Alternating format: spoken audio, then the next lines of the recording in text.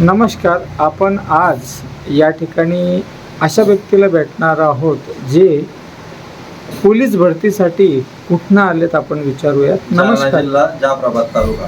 तुमचं नाव काय? कैलास परमेश्वर भोपळे. बरं, किती वर्ष झाले ट्राय करताय तुम्ही? मी 2018 पासून ट्राय करतो. 2018 पासून आतापर्यंत तुम्ही साधारणतः किती वेळा फॉर्म भरलाय? साधारणतः मी 25 वेळेस फॉर्म भरलो.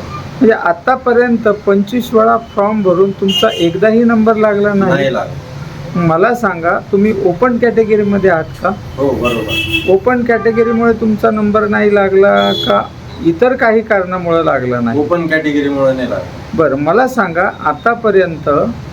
तुम्ही आतापर्यंत कुठं कुठं अर्ज केलेत? मी पुणे, मुंबई, नाशिक, नांदेड. हां. मग आतापर्यंत तुम्ही 25 अर्ज भरण्यासाठी किती पैसे खर्च केलेत? कमीत कमी एक अर्ज भरण्यासाठी मला 500 रुपये खर्च आला. म्हणजे 25 गुणिले 500.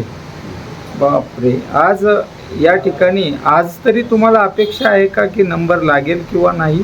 अपेक्षा तर आहे. हां. अपेक्षेसाठी तर सर्व काही. कारण आतापर्यंत जी पोलीस भरती चालू आहे हा. ती 17,000 अर्जासाठी जवळपास 17 लाख अर्ज आलेले आहेत. तर याबाबत तुम्हाला काय वाटतं? 17 लाख अर्ज आलेले आहेत.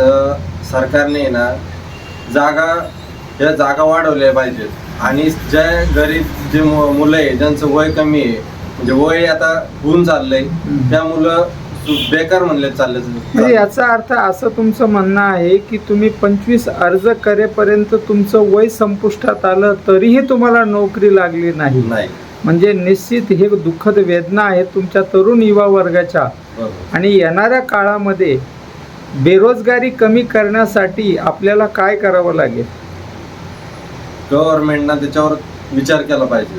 निश्चितच या ठिकाणी खरंच एक तरुण युवा वर्गाची जी जाणीव आहे ते आपण जाणून घेतली आणि नितांत गरज आहे की या युवा वर्गांकडे बेरोजगारी कमी करण्यासाठी सरकारने त्वरित लक्ष केंद्रित करणे अतिमहत्त्वपूर्ण.